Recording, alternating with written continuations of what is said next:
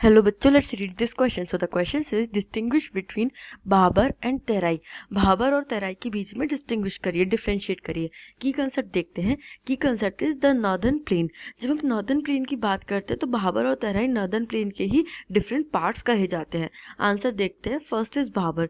The reverse after descending from the mountains deposit pebbles in a narrow belt of about 8 to 16 km in width lying parallel to the slopes of the Shivaliks. It is known as Bhabar. All the streams disappear into this Bhabar belt. एक Bhabar belt है जहाँ पे जो भी reverse आ रही होती है हिमालय से, माउंटेन्स रीजन से.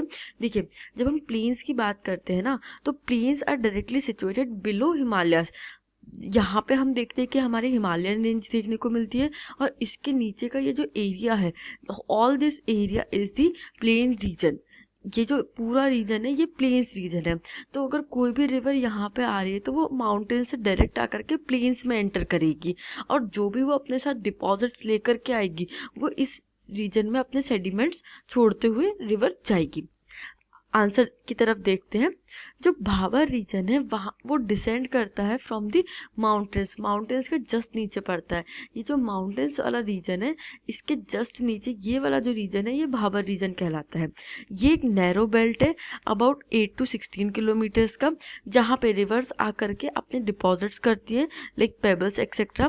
ये शिवालिक्स की स्लोप्स में है. अब शिवालिक्स क्या है, हमें पता है कि जो हिमालयन माउंटेन रेंजेस है वो बेसिकली तीन पार्ट्स में डिवाइडेड है according to their composition and altitude. तो जो लोएस्ट रेंज है, जो सदर्न मोस्ट रेंज है, उसे शिवालिक कहते हैं और ये बिल्कुल in the foot hills of Shivalik ही देखने को मिलता है. It is lying parallel to Shivaliks. जितनी भी स्टीम्स निकलती हैं वो एक तरीके से डिसअपियर हो जाती है भाबर रीजन में आकर के, थोड़े डिस्टेंस में आकर के, और फिर वो वहाँ पे सेडिमेंट्स डिपॉजिट करती हैं. सेकंड, तराई देखते हैं.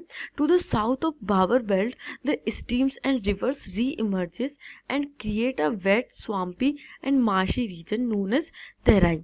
This is thickly forested region full of wild life. हम देखते हैं कि भाबर बेल्ट के जस्ट साउथ में, ये यहाँ पे भाबर बेल्ट था माउंटेन्स के जस्ट नीचे, और उसके जस्ट साउथ में एक तराई रीजन है जहाँ पे रिवर्स स्ट्रीम्स जो थी वो री इमर्ज कर जाती है. हमने देखा कि भाबर रीजन में ड्यू टू सेडिमेंटेशन और पेबल सेडिमेंट होने की वजह से जो रिवर्स हैं, जो स्ट्रीम्स है, वो एक तरीके से डिसअपियर होती हैं और ये जो स्ट्रीम्स है वो री इमर्ज हो जाती है तराई रीजन में आकर के और एक वेट स्वाम्पी और मार्शी एरिया बना देती है. यहाँ पे बहुत थिकली फॉरेस्टेड रीजन है क्योंकि देखिए यहाँ पे वेट स्वाम्पी और मार्शी रीजन है, तो ये ग्रोथ के लिए, वेजिटेशन ग्रोथ के लिए बहुत ही सूटेबल एरिया बन जाता है. तो ये थिकली फॉरेस्टेड रीजन है और यहाँ पे बहुत अच्छी वाइल्ड लाइफ भी देखने को मिलती है. I hope you understood this question. Thank you and best of luck.